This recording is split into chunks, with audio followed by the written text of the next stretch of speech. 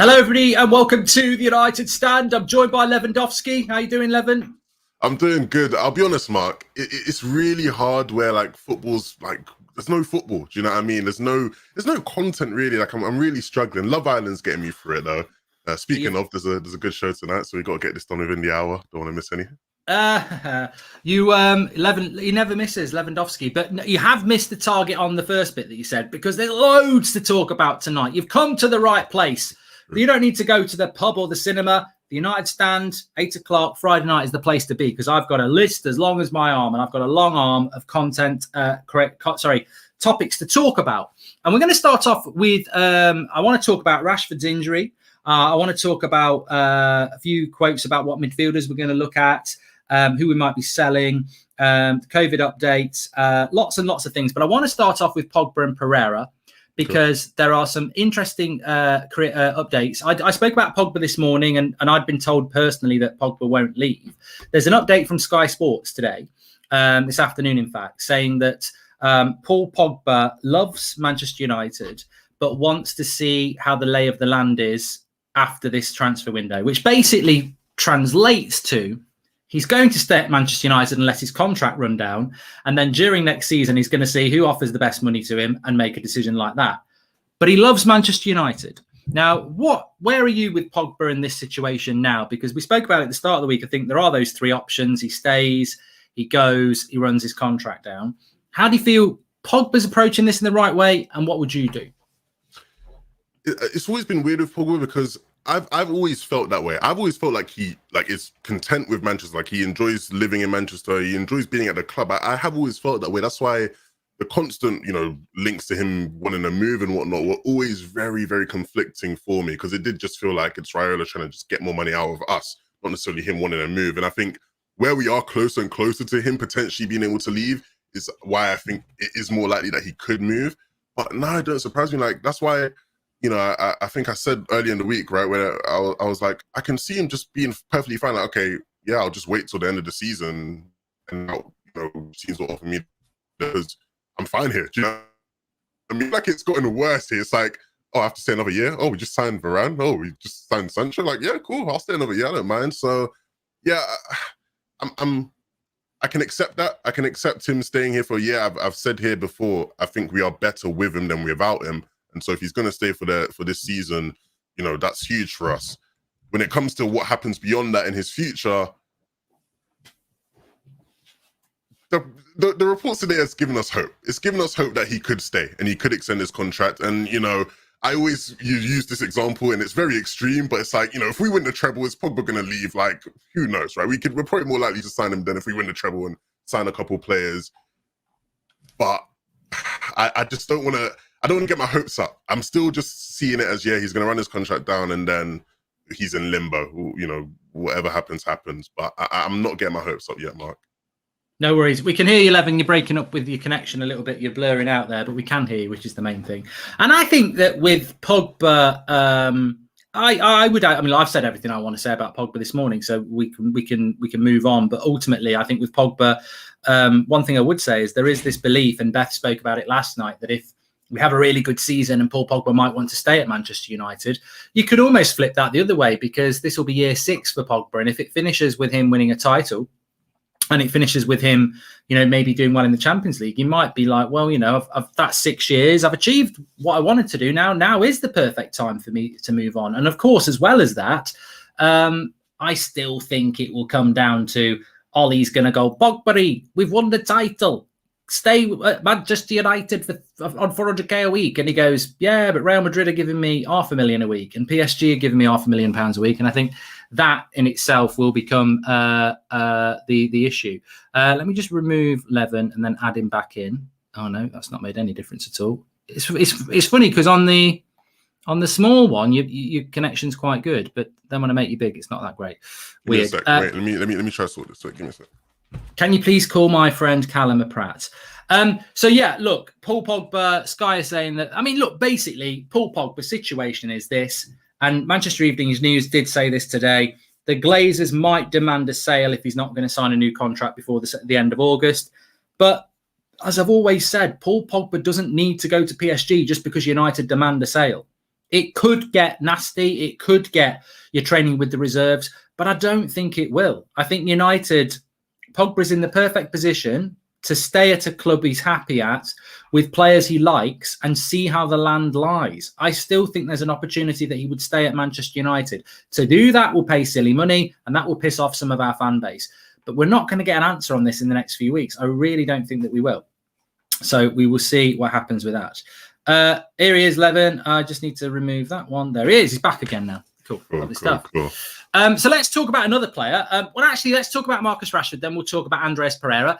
Stay tuned. Quite positive news about Andreas Pereira involving him leaving. I know that doesn't sound like it's positive, but he has been quoted talking about leaving. But let's bring let's bring two bits of positive news in. Well, maybe the second one's not. First one, COVID. Apparently, United don't have any positive cases. So they're now looking at a replacement for the Preston game, which negates what we were talking about this morning, that, you know, maybe there's a concern that we might not be fully fit for the start of the season if loads of people have got COVID. But we also got an update, Levin, that Marcus Rashford is going to have this operation on his shoulder, and he will be out until late October unless he can, you know, recover quicker. But he's going to be out for the first, you know, month and a half at least, probably the first 2 months. It is a Rashford injury, bro, but a lot of people felt he needed to have that. What's your thoughts on that? Yeah, he didn't look right towards the end of the season. And at the end of the day, I'd much rather have Rashford at 100% in a couple months' time than have him at 75%, you know, struggling. And the most important thing is that, you know, he's able to recover from that and he's able to get back to a good place because, you know, I remember before that sort of injury, it's weird now, this is like 2 seasons ago, right? The season where we got Bruno. And like before January, Rashford looked phenomenal. Like he was brilliant. And you could really see him turning into the world-class, you know, sort of player that we know he has the talent to be. But, you know, injuries have sort of derailed that for him. I do just want to see him recover. You know, we now have that ammunition to be able to get on without him, right? With Sancho coming in, you know, we can play Sancho on the left or we can play Martial on the left. So I'm not too concerned about that month or so, especially because like our first month of fixtures, obviously we don't want to underestimate anyone, but our first month of fixtures isn't the most difficult, so we can get by there. But these are the games that United traditionally, not just under Ollie though, under Jose, under Van Gaal, these bloody Swanseas and Newcastles and you know, not Cardiff. I think, although I don't know, I think we did draw with Cardiff actually, but yeah, these are the sort of games that I look at the start of the season like you and I go, there's a good start on the season there. But if you actually look at United's problem over the last few years, it's not actually getting the results against the Liverpools and the Man Cities and the Chelseas. It is these sort of games. So, yeah. But just to add in that, Manchester Evening News, I think it was Samuel Lucas was saying today, with Rashford's injury, probably Ollie might keep Lingard and Dan James now because, you know, Rashford's out. How is that necessary to do that? And how do you feel that gap? That, I mean, Rashford is one of he's one of Ollie's star players. How do we fill that gap? And does it mean we need to keep a Lingard or a Dan James now, especially with others? The way you fill that gap is either you do the straight swap of you put Martial in there, or you know, if you don't want to start the season with too many players having to be implemented into the system, then you would play Sancho on the left and keep Greenwood on the right because he obviously played there a lot last season. The problem is I don't think it is necessary to keep Lingard and Dan James because of that. But we know with Ollie, he will do that because we saw with Brandon Williams, right? I don't want to loan Brandon Williams out. You know, what if Ramasaki gets injured? We need a backup there. Didn't end up happening. And then we saw what happened with Brandon Williams. So I think he will always have that in the back of his mind of, you know, if something does happen to Martial, what do I do now? You know what I mean? So I want to make sure I have Lingard or Dan James there. So I think we'll keep those guys purely because of that. Maybe one of them will go. I don't think you need both, but maybe one of them will go. But yeah, I definitely think we'll keep one of them just because of, you know, the risk of something happening to the backup for Rashford. If they're I think you make a great point around the Sancho off the left, because I think that is a really good point, because I think that I mean, a lot of people look. I think what I'm trying to say is that Martial on the left would work quite well, wouldn't he? And we know Martial has worked well on the left, but Ollie has favourites. I don't see Greenwood drifting to the bench, so I think it'd be Cavani, potentially Greenwood on the right-hand side, and then Sancho on the left. And if anyone's never seen Sancho play, he'd work well with Luke Shaw because Luke Shaw overlaps, and Sancho's an intelligent give-and-go little pass player. So I could see it'd be interesting what we do. I mean, I'm happy with Martial on the left, but I could see Sancho off the left because he can play off the left as well. What I would say is, though, I mean, a few people in the chat have said it as well, and David Hunt's just said it there. Matt Wilfred and Diddy today with permission. That's a load of bollocks, Jake. I don't know where you've heard that. Sorry, I need to get that super chat off the screen because it's going to get people very excited. Thanks, Jake Dobson, for the super chat, but that's a load of shit. We've not met Wilfred and Diddy today, and I don't want people to start thinking we have. So let's just put that there for now. Mason on the left, just to remove that. But I do think you've got Martial and you've got Sancho and Alanga who can play off the left, and then you've got Ahmad who can play off the left, and Greenwood, and all of those can play off the wing, and then you've got Cavani. So I think we've got enough players, but I definitely think Ollie will keep James Lingard, or maybe both of them, Levin, because I don't know, favouritism, experience, but I do think we have got enough with Ahmad, Greenwood, Martial, Sancho, Cavani, and Alanga. I think we've got 6 players there until Rashford comes back for the first few weeks of the season. And I would sell James and Lingard, but he'll probably end up keeping them both. Yeah, and I think the way I look at it is that a manager will always go with the players they trust especially when they feel like they're under pressure, right? And obviously, I don't think now you have as many people sort of calling for Ollie out immediately like it was last season where people are saying get Poch in right now. But there is going to be pressure on Ollie, right? Where, people are going to be saying, you've got your signings. If we're not getting results, get him out. And so he will go with the players he trusts because he will know they will put in a job for him because they have that respect for him or they want him to stay as the manager. So, yeah, I wouldn't be surprised. I don't expect to see... I'm not expecting to see Alanga show up in a match against Burnley. I'm not expecting that at all, right? Just because I think he will want to go out and win every game and he will want to put out the best team possible every game.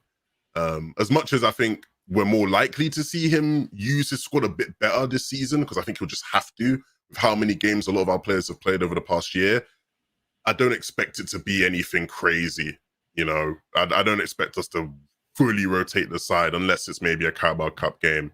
And even then, if things are going wrong, we know he'll sub in the starters straight away. So, yeah, I don't think it'll be anything crazy. Just on the Ndidi thing, I saw the tweet this afternoon. It came from somebody who has got no sauce. They're an empty tomato ketchup bottle. They've got no sauce. And some people have really, really taken this seriously. I will tell you a little story about Ndidi to Manchester United. Not going to happen. The end.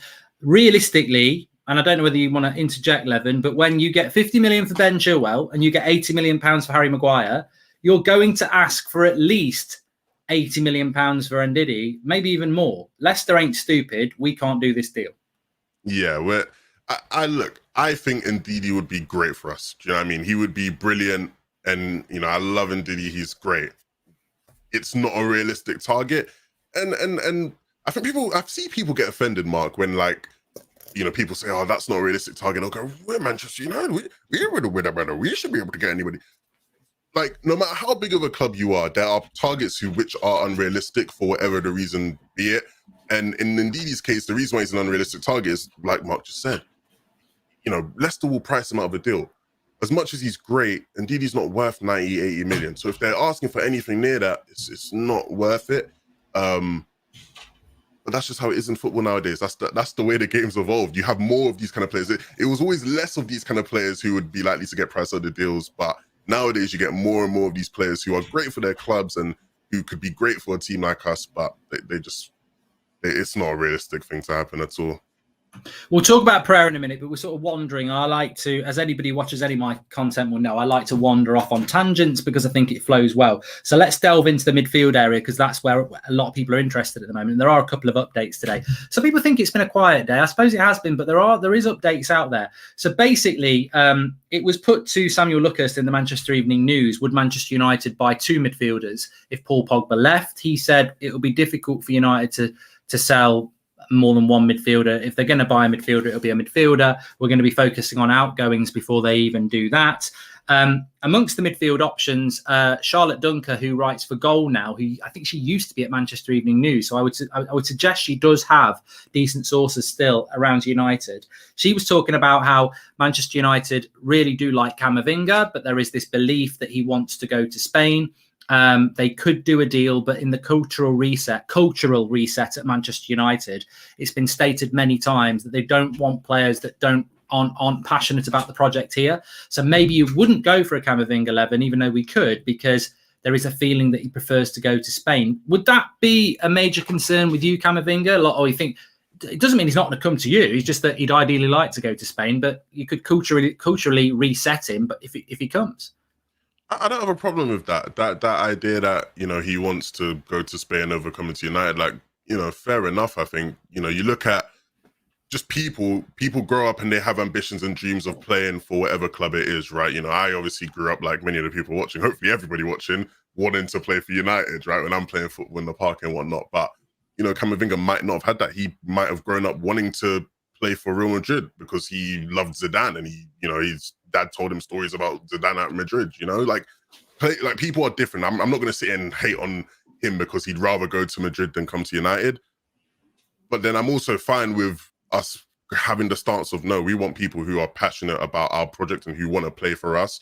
You know, I can see where, you know, John Murtaugh would be like, I don't want to have to do much convincing. You know, I don't want to have to convince you to come to us. You can see the project. You can see what we're doing. We just got Varane. We just got Sancho. Look at the players we've got. You know, we're building something. We're working towards something. If I have to do crazy amounts of convincing to bring you here, you know, go to Spain. You're a great talent, but, you know, off to Spain you go. At the same time, even with all that being said, let's get him if we can, you know what I mean? But if it's a matter of him wanting to just go to Spain over us, then yeah, like. Yeah, I do in many ways. I agree with you, but what I would say is that I just if I'm in a position where it's get Camavinga, but he wants to go to Spain in the future, but we might be able to convince him now over the next couple of years, and there's or nobody, I'm going to get Camavinga. If you're in a position where you've got everything you need and you're looking for a midfielder to come in, I'd probably avoid him because I'd be like, well, you know, maybe in the future he will want to go. Yeah. What I would say is that if Camavinga's ultimate dream is to play in Spain, then that's fine. I'd still buy him if he's the only real option we can get, because we've got to get somebody. That's my point. We've got to get somebody. I'm not going to say no to Camavinga because he might want to go to Madrid in a couple of years' time or 3 years' time. I would still get him because we need somebody right here, right now. And also, I mean, just to bring Varane in a minute. Do you feel this is an upgrade? And this is for the chat as well. Do you think this is an upgrade or a downgrade for Varane? Because I was saying today that, yeah, look, technically, if you look at the last 5 years, Real Madrid have won Champions Leagues. We haven't. So you'd technically say it is a downgrade to come to Manchester United. But we don't play football in the past. We go forward. And in the forward sense, and Madrid fans will hate this and a lot of people will hate this, but you could argue it's a step up because Real Madrid are on the decline. United are arguably on the rise. So, you know, I'm just saying that in context of Camavinga as well. He might think Real Madrid now, but Man United might be the better place to be than Real Madrid for the next 5 years. Yeah, and I totally get that. And I think it's hard because we do this in football a lot where we have these terms and it's very hard because there's such weighted terms. There's so much more to it than just, you know, upgrade or downgrade. There's so much more to it than just Ollie in, Ollie out, right? But the way I see it is, and I said this on the show with you before, if you look at Varane, if we're being honest about Varane and the trajectory of his career at Real Madrid, it's not been on an upward trajectory for the past couple of years. It's not. If anything, it's either stagnated or it's, you know, been on the decline. Understandably, he peaked at such a young age and he's won everything there is to win.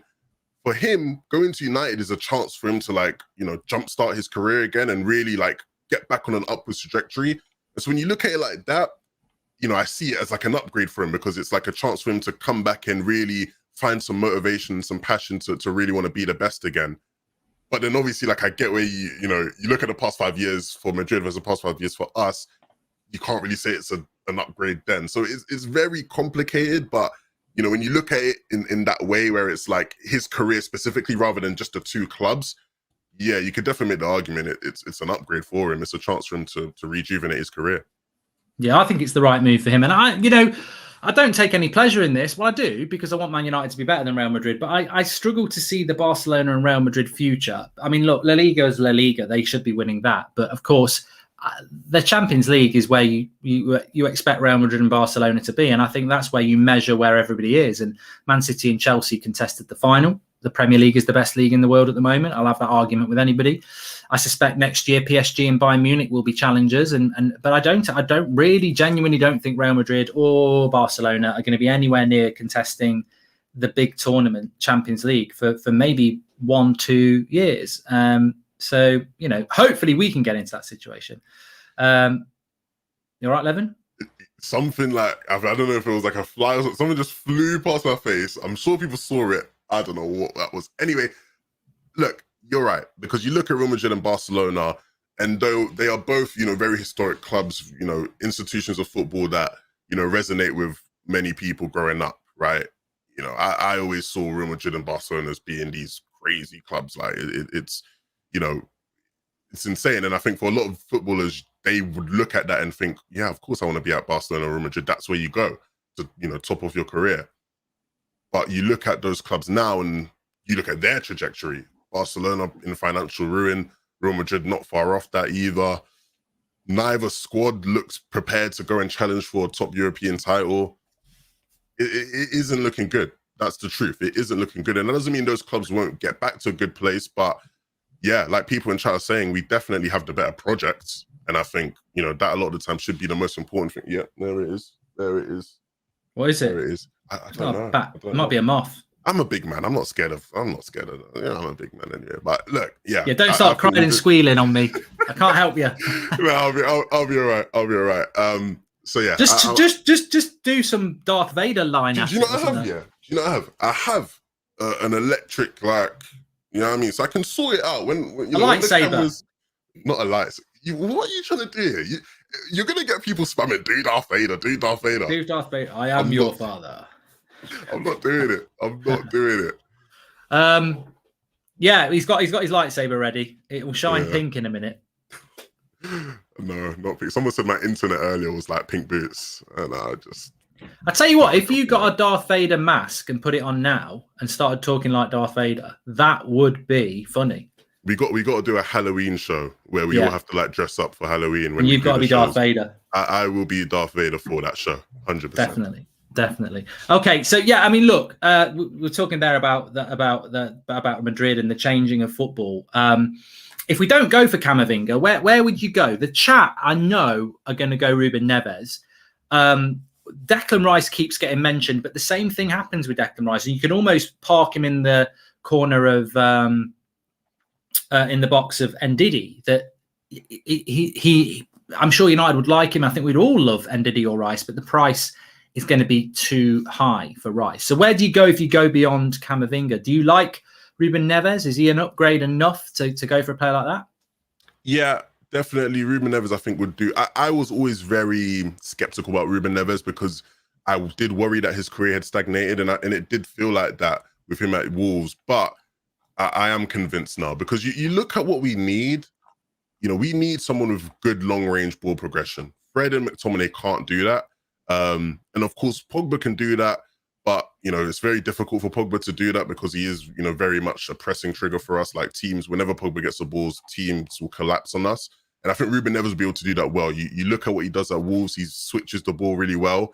And that's actually like one of the keys to being able to break down a low block, right? Being able to switch the ball really quickly, and he can do that. And we're going to be so good at that this season because, you visualize this in your head. We're going to have, when Rashford's healthy, we're going to have Rashford right off the left, Luke Shaw overlapping. We're going to have an overload on the left-hand side against, Burnley, right, in a low block. They're going to play the ball back to Neves in the middle. He's going to quickly switch it to the right for Sancho. Sancho's going to square it, back post, Cavani tapping. Like, it would work so well. And, as much as people think I see people who go like, oh, he's not an Ndidi type defender. No, he's not. But he can do that job well. He reads the game well defensively. He gets a lot of blocks. He gets a lot of interceptions. And that's what you need when we're playing such a high line. Because we will be playing a much higher line than usual. I think people worry about that because, they think, oh, yeah, well, we don't really play much of a high line. No, with Varane, we're going to play a high line. And so you need someone who can sweep across and get interceptions and stop counter-attacks in that sense. So I think Neves will do the job well. Don't get me wrong. There are people who could do it better, like the likes of Ndidi could do it better. Like I see people like, no, you know, Neves isn't the person. We should get Kimmich. We should go Kimmich. Like, no, that's, once again, it's not realistic. There's plenty of people who could do the job better than Neves, but I do think Neves could do the job at a very high level. And one thing that I'd actually forgotten about, Mark, is, you know, Neves, I think his character doesn't get talked about enough. You know, he was at Porto, one of the top teams in Portugal, captaining Porto at the age of 18. You know, this guy is someone who's shown he can be a leader. He's shown he's got good character, and he's definitely got a good, you know, sort of technical ability to do the job. And if I've just sold you on Neves being good enough, then, you know, you're welcome. But if I haven't, you know, I'd advise you to open your mind up a bit, because, you know, I think if you look at him as a player, he definitely can do that job well. Yeah, definitely. I think with what you were saying there about Neves, I liked what you said about him sort of falling off a little bit, because ultimately I think Wolves fell off last year. I think they had a bad season. I think a lot of their players, when Jimenez went and maybe they knew Nuno was going to go, and, you know, even people like Connor Cody, they didn't have that season. And I think Neves, to me, is someone, look, I would take Neves in a heartbeat, because is he the ideal player? No, but I think he is more defensive minded than people think. He does play in a pivot, and that's where McTominay and Fred have been playing out of position, but he plays in a pivot. Can he hold the midfield on his own? No, but I think people are too obsessed with this. Neves can't hold the midfield on his own. Does he play in a defensive midfield pivot with Moutinho or Dendoncker? Yes, he does. That's, you know, is he that sort of a player? Yes. Could he evolve into a holding midfielder on his own? Probably yes. But we might not play a holding midfielder on its own. We might still play a midfield pivot. And I'd much rather have Ruben Neves and Pogba than I would have McTominay and Fred. I'd rather have Neves and Fred than McTominay and Fred. I'd rather have McTominay and Neves than I would Fred and McTominay, because he actually can play that position and those two lads can't. Yeah, and the same way I look at Varane coming to United as a chance for him to kickstart his career again, same thing for Neves, right? With Wolves and the way Wolves stagnated, because, you know, I think, you know, you look at when he did move to Wolves, you look at a player of his caliber when he did move to Wolves, that player now wouldn't have made that move to Wolves. A young player captaining their team, you know, being considered as a wonder kid doesn't move to Wolves in the Championship. They go to a top European side, right? And so I think, you know, I think he deserves that opportunity, and I think if he was given that opportunity, he'd take it well. I definitely think he'd take it well, and, you know, it's going to be all about whether we can get the deal done, whether, you know, it's possible for us to do that deal. Because, you know, a couple of years ago when people would link us to Neves, it did always feel like he was also someone who would be too pricey. But I think, you know, there's definitely a chance for it to be done, and I do genuinely believe now it would be a good deal. Make sure you smash a like on the video if you're watching. We're going to get into some of your questions in a minute, but I think this is a great question by Fatty, or a statement really, that Neves is a regista. Now, I've been talking about the regista role. Basically, a regista is somebody who sits in front of the defence and dictates the play.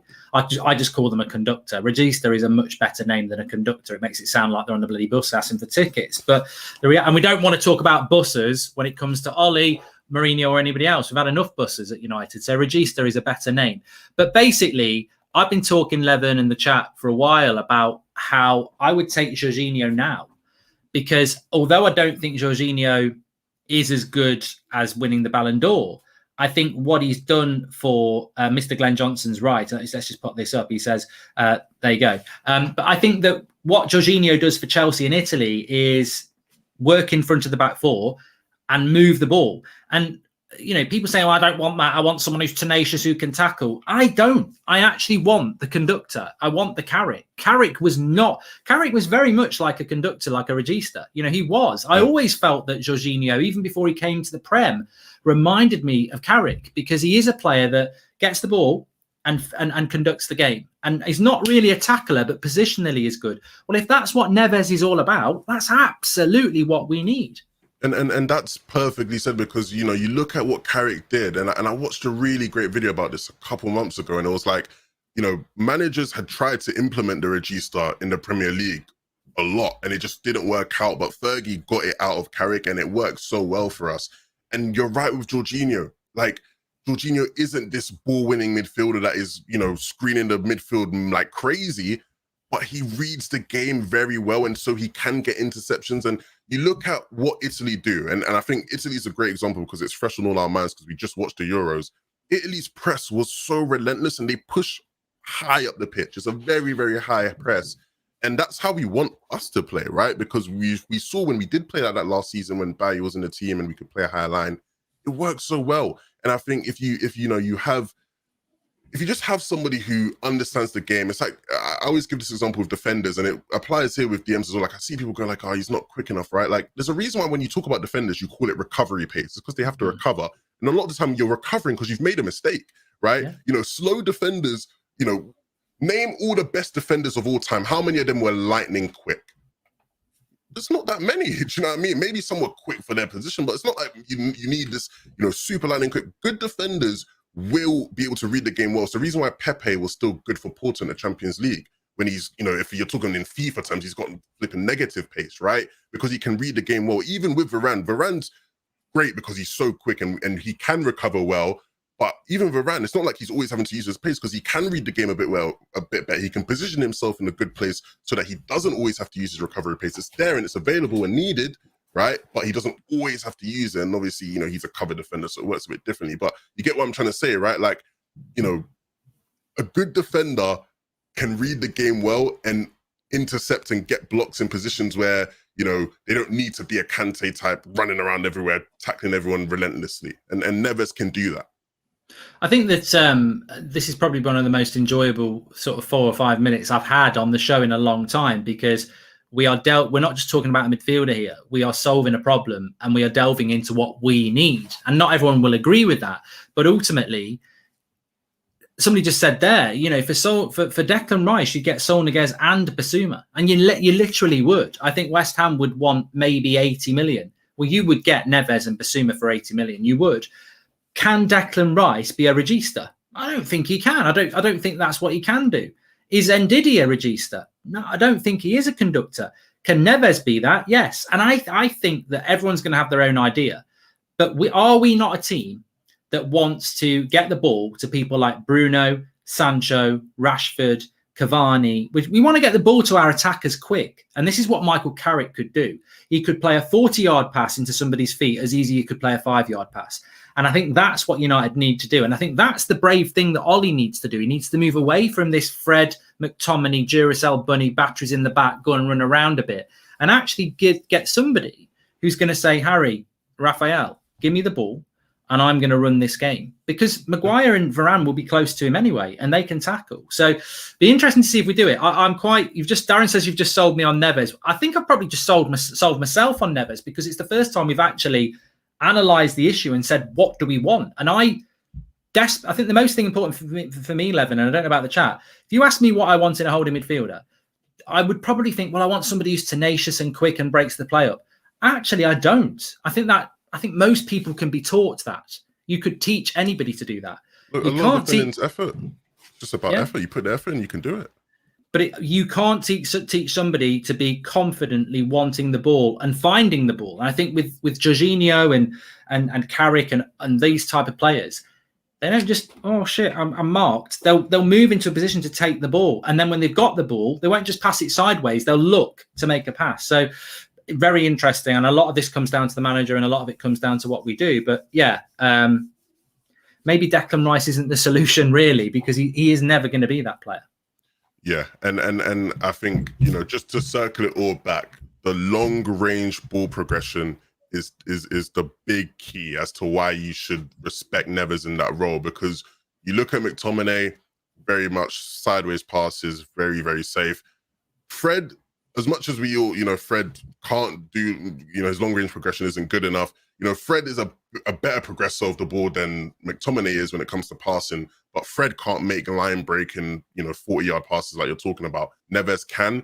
And in all those games where you're watching us play and you're thinking to yourself, you know, we're just passing it around in the U shape, right? That's often what happens when teams have a low block. You're passing around in the U shape because nobody has that ability to find that pass, you know, into the striker or through the lines. Neves can do that, right? He can do that. And so, you know, we do just become so dangerous. We become so dangerous, especially against these teams with low blocks. And on top of that, we have another midfielder who can crack in a long shot. You know, we'll have Pogba, Bruno, and Neves in there. All three of them, if you don't press them as soon as they get the ball, give them too long, they'll smash one in from 40 yards out. So we're not that far, but you get what I'm trying to say, right? So, you know, he definitely can do the job well, and I think given the chance, he'd smash it for us.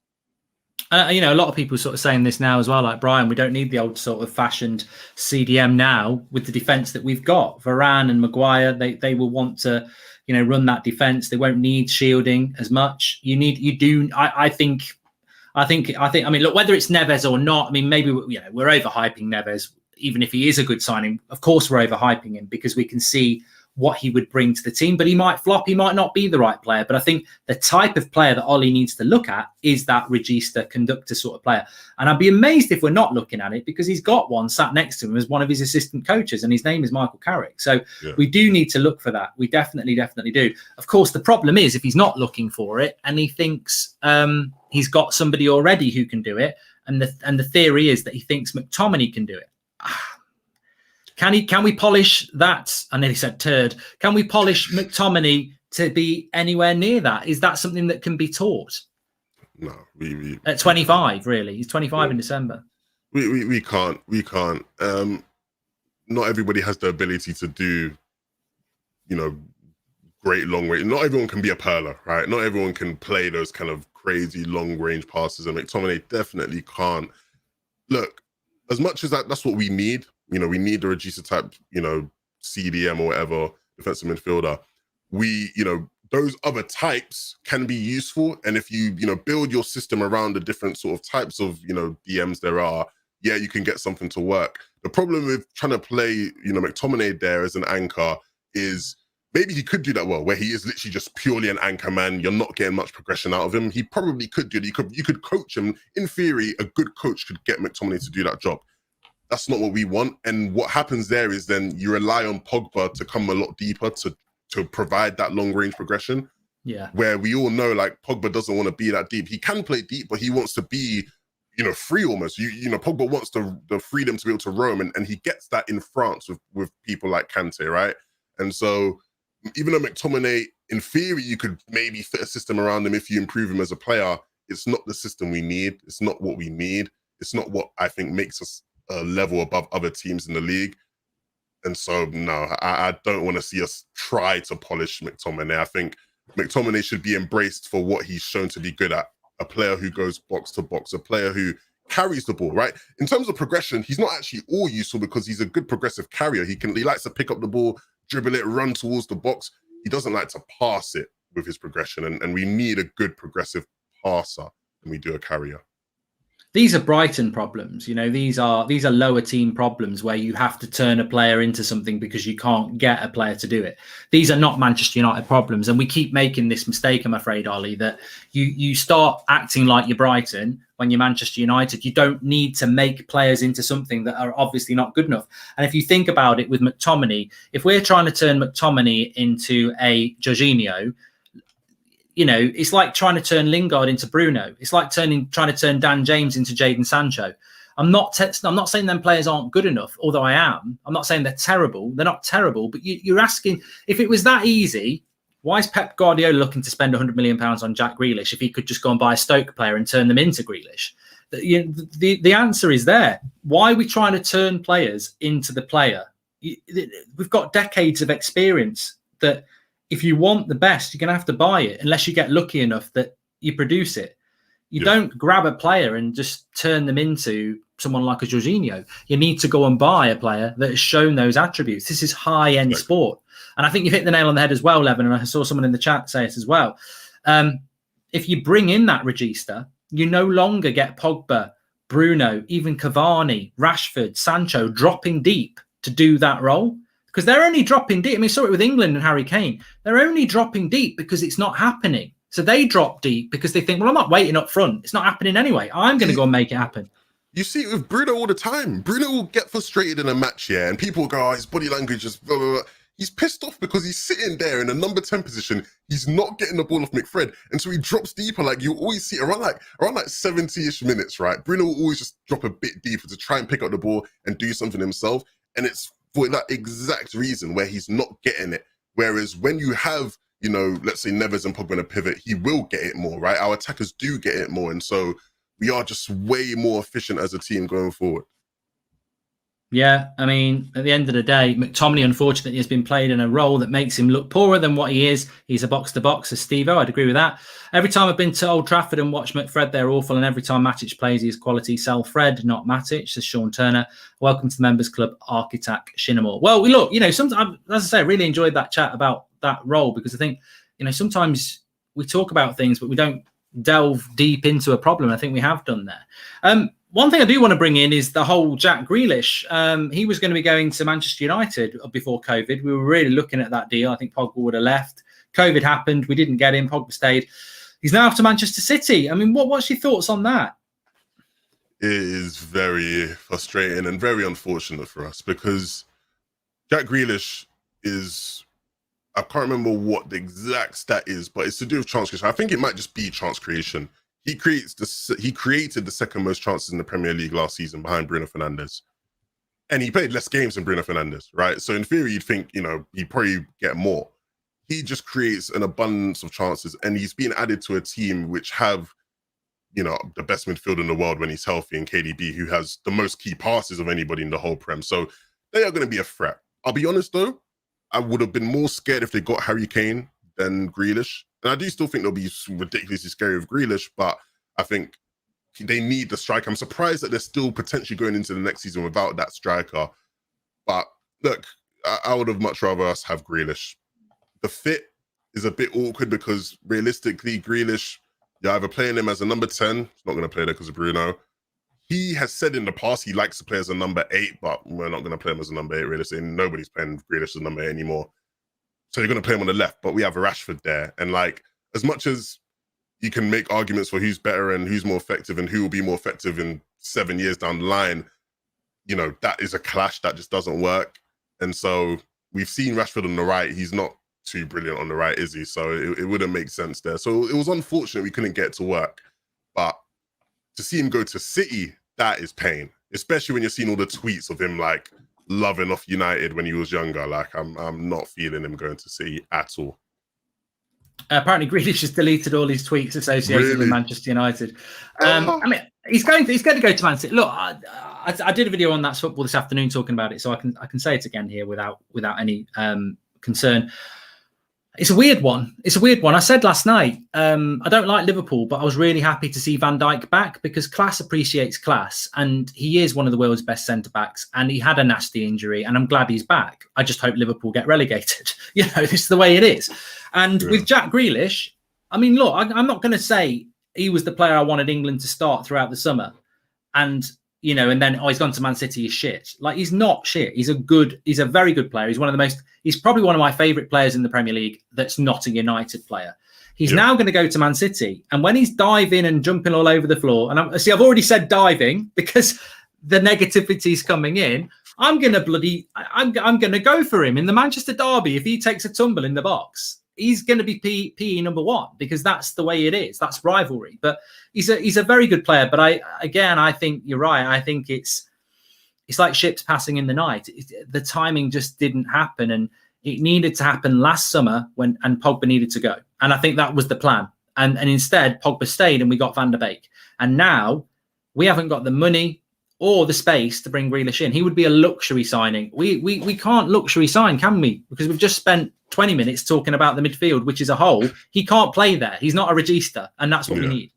Yeah, so it's unfortunate. And it's unfortunate to see such a brilliant player, playing for, one of our biggest rivals. And I think the biggest problem is, if he just him, I'm just trying to envision him in that City team, and it's so unfair. I'm not going to, because who are they going to drop him for? You spend £100 million, you've got to drop someone.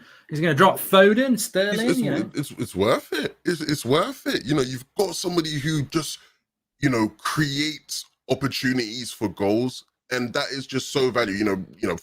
Football is a game of key moments. A key moment is a goal, and Grealish is somebody who gets you to that key moment over and over and over again, whether that be with his trickery, getting fouls, getting you set pieces. He's just so effective. And man, yeah, let's just hope he doesn't put in a shift against us in any games. But yeah, they're getting a brilliant player at the end of the day. We have to sit here and be honest about that. Like you said, we can't just sit here and say, yeah, he's crap because he's gone to City. No, they have got an absolute player.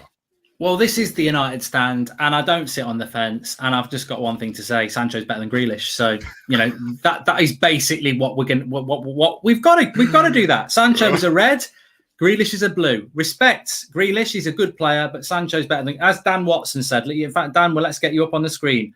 Dan Watson, Sancho over Grealish, and ultimately that is the choice. Levin, that's the only way we were getting Grealish in is not to get Sancho. Ultimately. I'm sure there's a clip of me saying I'd rather have Grealish over Sancho, so I've got to be very, very careful. I feel like I remember it.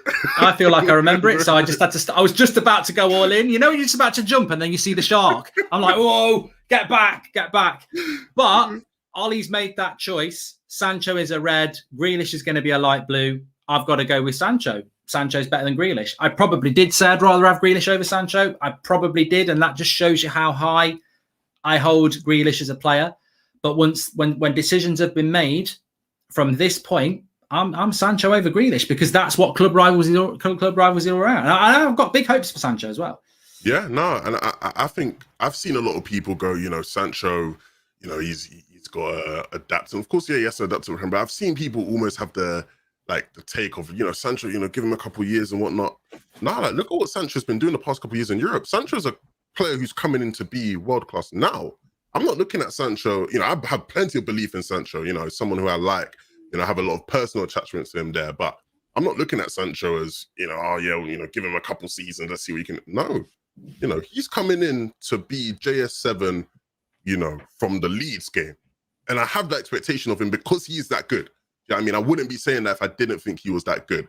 He has the ability to come in and completely turn our team around, and there's a lot of expectation for him. And hopefully, he doesn't feel that expectation because that can be hard to deal with. But Sancho is going to come in and he's going to be our guy. I totally believe that wholeheartedly.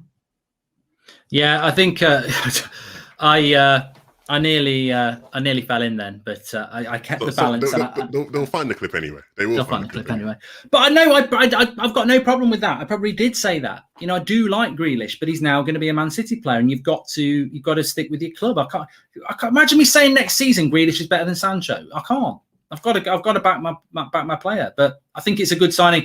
As I said this afternoon, look, rivalry is not that massively important when the season's not started.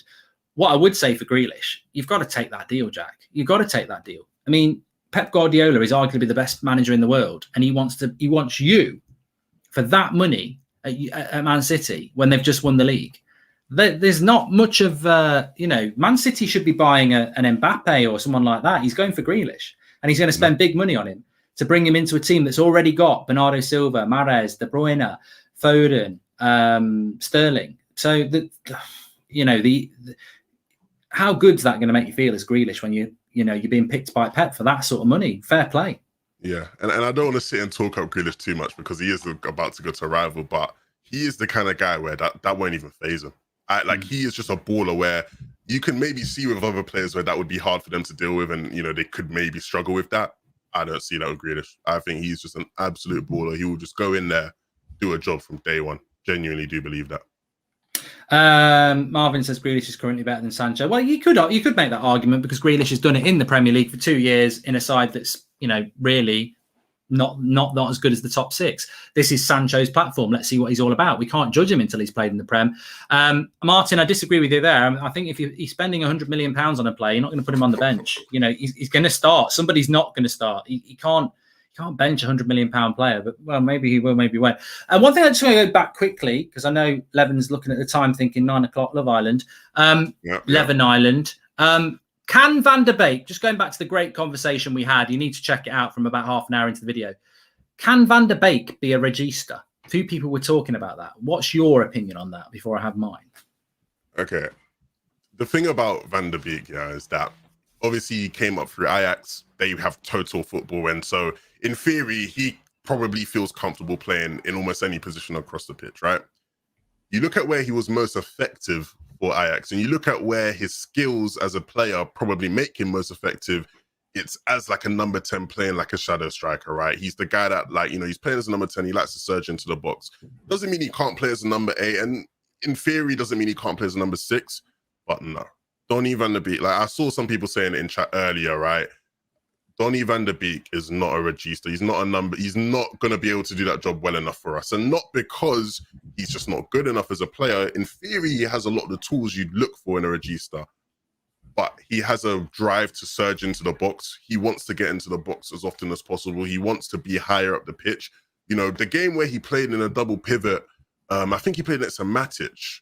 I can't remember what game it was. Somebody in chat remember if you don't remember, Mark. But I remember it. I remember going back after that game and I went and I checked his average position in that game because I wanted to see, you know, he's played as number 6. We always say we want to see him as number 6. How does he do? His average position, he was far higher up the pitch than where, you know, a regular number 6 would be playing for, you know, any top side, right? Because he just has that willingness to go forward.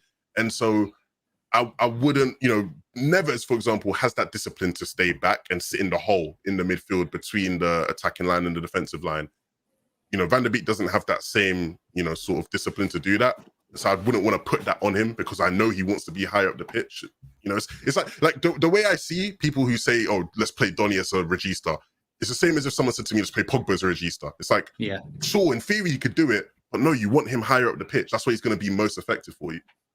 I'm glad you've said that because for me, it's a bit like the people who say, let's play Lindelof as a CDM as well. I mean, I think Donny's a very, very good player. And maybe he could be a regista, but it's not obvious. It's highly unlikely. You know, never say never, but it's not something that's jumping out at me. And I ain't getting clipped about that. So forget about it. But, you know, at the end of the day, I think Donny can be a box-to-box player and he has bulked up. But, you know, taking the ball off the back four is a very disciplined role. You know, really, you're getting a nosebleed if you go past the halfway line. Your job is to stay in the centre circle in front of the defenders and protect the defenders and conduct the game. And I think Donny's way more than that. And his Ajax education is way more than that. So, no, not for me. I think Donny needs to found a place in the team, but it wouldn't be for there.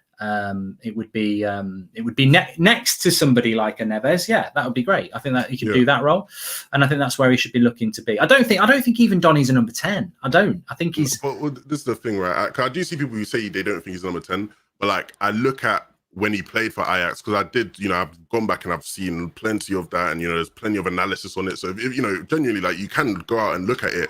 You know, he played as a number 10. He did it really well. He did it really, really well for Ajax, and we all know Ten Hag plays great football. And he trusted him there in that role. And that's not me saying he should be playing over Bruno. No, 100% no. It's a different type of number 10 as well, right? In terms of the role he was doing there for Ajax. But, you know, he's just not number 6 to me. He's just not a number 6. No, and he definitely has probably played 10 quite a lot in his career. He definitely has. But I just think in the Premier League, it's not Ajax. It's not Amsterdam. Yeah, I think in the Premier League, he's going to have to evolve. And I think that's what happened. I'm very aware of this Love Island crew. And I wouldn't normally do it. I normally like bantering people, but I am going to let people get off at 9 o'clock because I'm off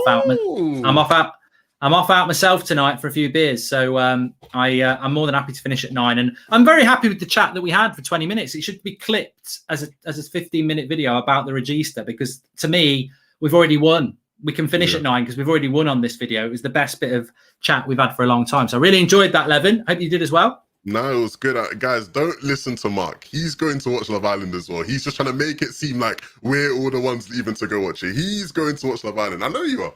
My timeline's clear. Check out Levin2K on Twitter. He'll be there going, Kaz has been treated badly again. How do you know who Kaz is? Oh, I don't know. Just guess it. That Toby, that Tyler's a shit. We've got him. How do you know who Kaz is? I'm guessing. There's always a Kaz. There's always a Kaz. I bet there's a Brad in there as well. That's 4. That is 4.